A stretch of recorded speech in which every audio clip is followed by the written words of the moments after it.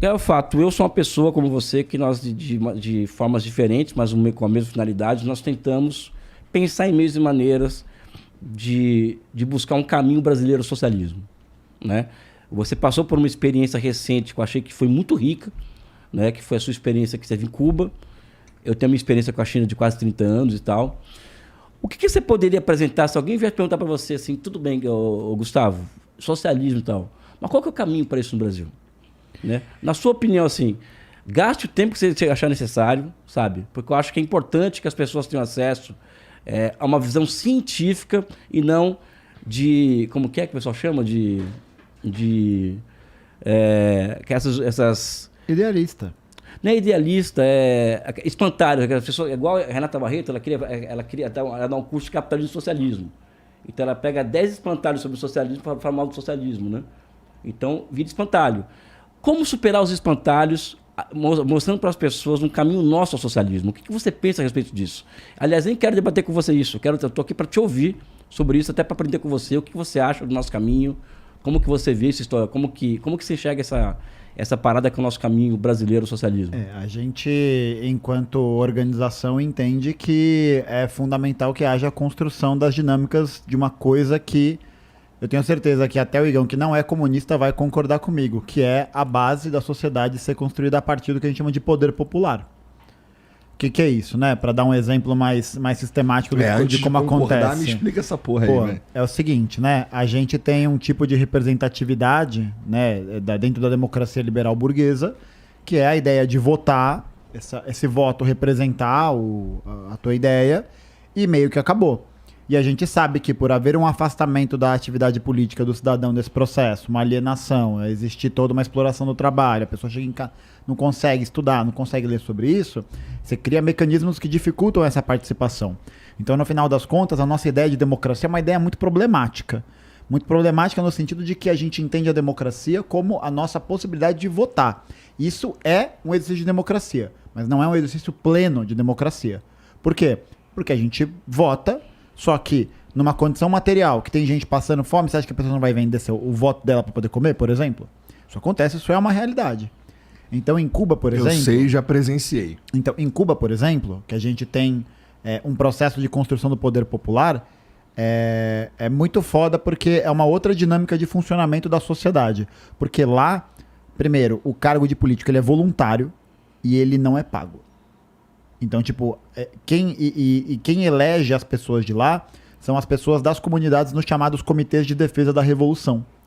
Depois que acontece a Revolução Cubana, e aí existem todas as condições históricas que vão caminhar para isso, com as suas especificidades, o governo socialista de Cuba cria os comitês justamente para poder mobilizar a população, e isso é muito foda de se observar lá. A população é muito mobilizada para construir a revolução. Então a Revolução Cubana, ela inicia em 59 e ela está em processo até hoje, com a participação popular. Esses comitês são tipo associações de bairro, que em Cuba são mais ou menos 11, 12 milhões de pessoas, tem mais de 100 mil CDRs em Cuba. É um para cada 100 habitantes. É uma taxa muito alta. Se você for calcular, por exemplo, o número de deputados que a gente tem para o número de habitantes, a proporção é muito maior, tá ligado? E aí, lá eles têm um funcionamento de compreensão do exercício da democracia que é: as pessoas escolhem os seus representantes e eles vão assumindo escalas cada vez maiores se eles fazem um trabalho que é bem reconhecido. Porque se eles não fazem, eles são retirados dos cargos que eles estão lá. Isso não gera, Gustavo, vamos lá, é voluntário, tá? Advogado do diabo. Se é voluntário, a gente só não tem pessoas trabalhando lá que são bem-sucedidas, de certa forma? Não necessariamente, porque como existe... Por exemplo, no Brasil não ia rolar essa porra. Não ia, mas justamente porque a gente tem um processo, né, social, que a pessoa não tem tempo para poder participar da atividade política porque ela está ocupada tendo que trabalhar para comer. Inclusive, pagamento de salário político era uma pauta que foi construída por trabalhadores durante o século XIX, para que os trabalhadores pudessem efetivamente participar e poder se dedicar exclusivamente à atividade política. Mas como a gente corrompe tudo, a gente corrompeu isso também. Mas vai lá. Porque é isso. Porque no final das contas, você não está subvertendo, você não está superando a lógica do capital. Que é isso, no final das contas, a gente não é só criar essas representações de pagamento, né? Não é só o direito ao voto, mas a pensar a democracia como um exercício muito maior que isso, que é a população poder decidir os seus caminhos.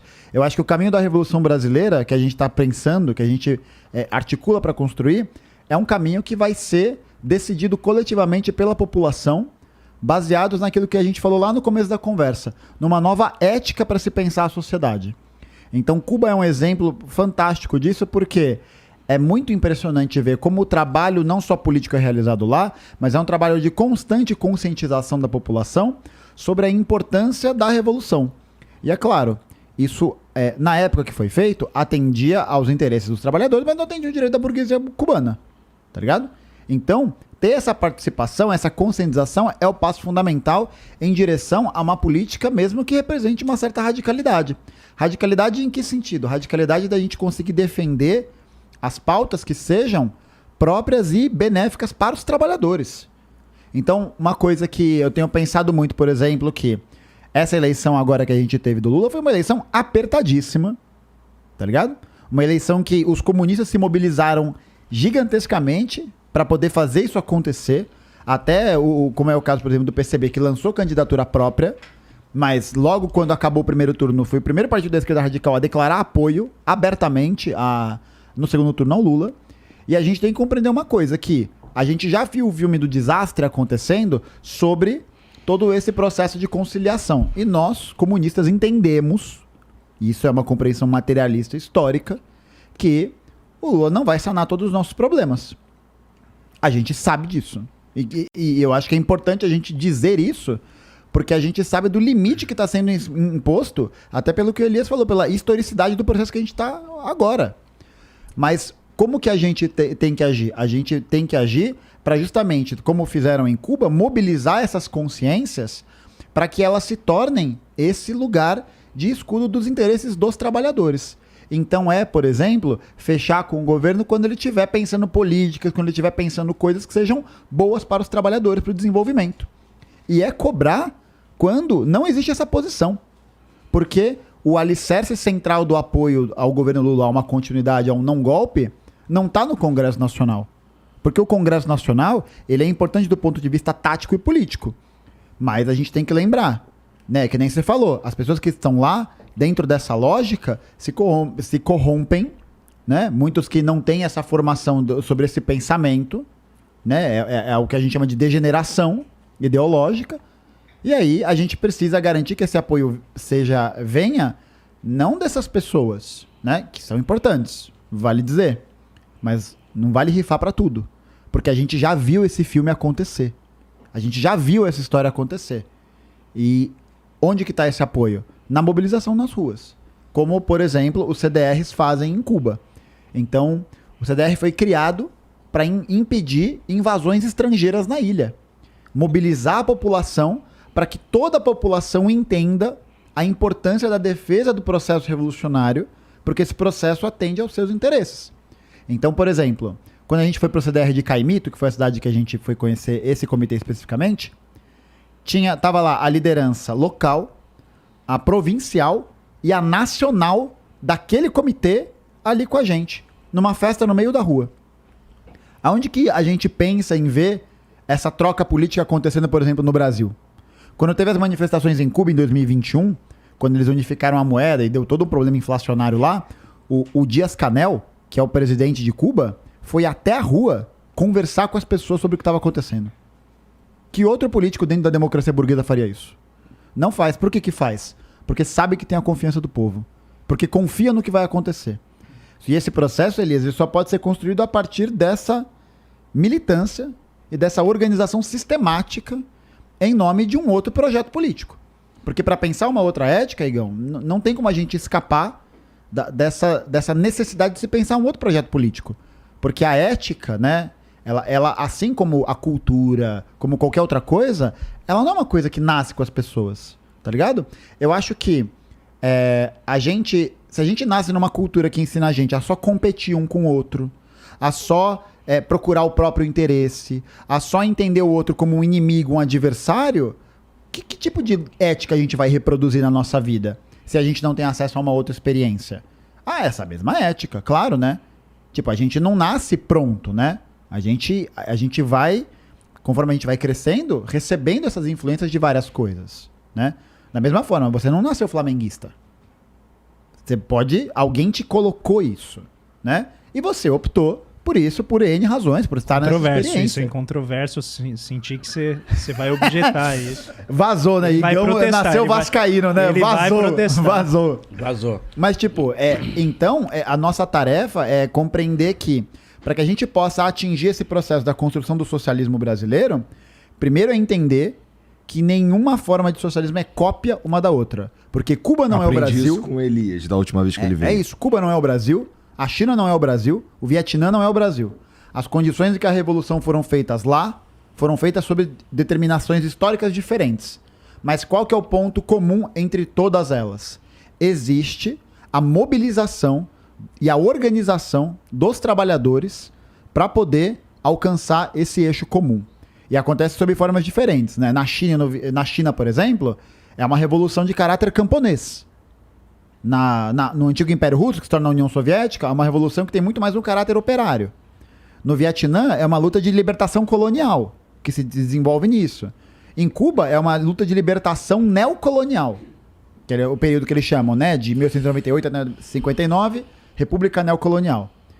Qual que é o elemento fundamental disso? A classe trabalhadora mobilizada e consciente, não só de todas as mazelas, de todas as coisas que a cerca, mas entender que para que ela possa construir uma nova sociedade, é ela que tem que se mobilizar nessa direção. É a vontade do poder popular. E essa vontade do poder popular, ela também não vem do nada. Ela é um processo. Nesse sentido, fazer o L não tem não produz esse resultado. A gente entende, por exemplo, que fazer o L é uma decisão tática. Porque a gente sabe que o governo Lula para os trabalhadores é melhor do que o governo Bolsonaro. Mas também é bom para a burguesia. Os últimos governos de Lula, por exemplo, os bancos se beneficiaram bastante. Sim, em certo sentido a gente entende esse limite e enxerga essa limitação. E ainda assim é uma escolha que a gente, enquanto comunista, enquanto materialista, parte disso. Por isso que o nosso objetivo qual que é? Fazer esse apoio quando for um apoio que está convergindo com os interesses da classe trabalhadora. E quando a gente tem um aceno que não migra para isso, e aí os responsáveis, a gente, a partir do estudo, do debate, a gente localiza e cobra essas pessoas também. Mas é preciso que a gente esteja mobilizado nesse sentido. Num eventual governo Bolsonaro, me pergunto assim, o que seria do Brasil? Eu não sei. Eu realmente fico com uma incógnita na minha cabeça de como seria isso. Porque nesses últimos 4 anos, a gente viu as trevas. As trevas para os trabalhadores. É informalidade, é precarização do trabalho, é pejotização, é gente voltando para o mapa da fome, é indígena mandando pedido de socorro e o governo ignorando, é garimpeiro destruindo o fluxo de rio com mercúrio, é madeireiro ilegal, é o agronegócio avançando cada vez mais nas fronteiras agrícolas indígenas. Então, para essa galera foi ótimo, né? Que é o que a gente até já comentou, para não ser muito repetitivo. Então, para nós, é tático a gente entender isso. Que o governo Lula, para nós, é melhor para a nossa classe do que num eventual governo Bolsonaro. E isso é uma compreensão para a gente não cair nem num certo esquerdismo, né, de achar que, não, é tudo igual. Não é. Porra, não é. Não tem comparação, sabe? É isso, o Bolsonaro é um fascista. É isso. Talvez ele não saiba que é, né, sei lá. Mas ele é. Pela prática, pelo discurso, pela forma como ele se comportou nos 30 anos que ele está na política brasileira. Cria do porão da ditadura. É isso que ele é. O Lula, com todas as contradições, com todos os problemas, como você bem apontou, com esse beneficiamento, por exemplo, dos bancos, dessas questões todas, ainda é do centro democrático. Então, exatamente isso. Tem gente que acredita que o Lula e vocês me iluminem nesse sentido, tem gente que acredita que o Lula é um cara que vai fazer uma política essencialmente de esquerda. Eu enxergo que ele é muito mais conciliador e, por isso, muito habilidoso de fazer uma política que... Bom moço, assim, eu vou ajudar, te ajudo aqui, ajudo o banco, ajudo não sei quem, não sei o que, vamos fazer uma parada aqui, vamos fazer de uma maneira meio centro mesmo. Sim, é uma política de conciliação. Eu costumo dizer que o candidato da terceira via que conseguiu fazer esses acúmulos não era um candidato que seria lançado como Sérgio Moro ou outra pessoa.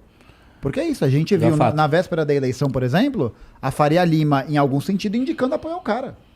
O que significa isso? Em todos os sentidos. Por quê? Porque, de fato, é um atestado da realidade. É um processo de conciliação mesmo, porque talvez para a burguesia brasileira, para determinados setores, o governo Bolsonaro não fosse mais interessante, tá ligado? Mas é fundamental que a gente entenda que enquanto tem esse processo desse apoio acontecendo desse lado, nós trabalhadores, não só os comunistas, nos partidos comunistas, mas os movimentos sociais, todas essas organizações que estão dentro do que a gente chama de atividade política, sejamos a base politizada e de apoio para que o governo Lula tenha capital político para poder tomar suas decisões e a gente pressionar para a decisão que beneficiem os trabalhadores. Porque depender do Senado e do Congresso, tomou golpe de Estado. E vai tomar outro. E se não resolver essas questões, como que essas contradições vão aparecer daqui a 4 anos? Um bom termômetro para a gente analisar vai ser no ano que vem, em que vão ter eleições nos Estados Unidos. E, fazendo aqui um exercício horrível de evidência, eu acho, de como a crise está eu não sei como é que está nos tempos mais recentes agora. Mas do que eu vi se desenvolver nesses últimos 3 anos, é um Trump 2.0.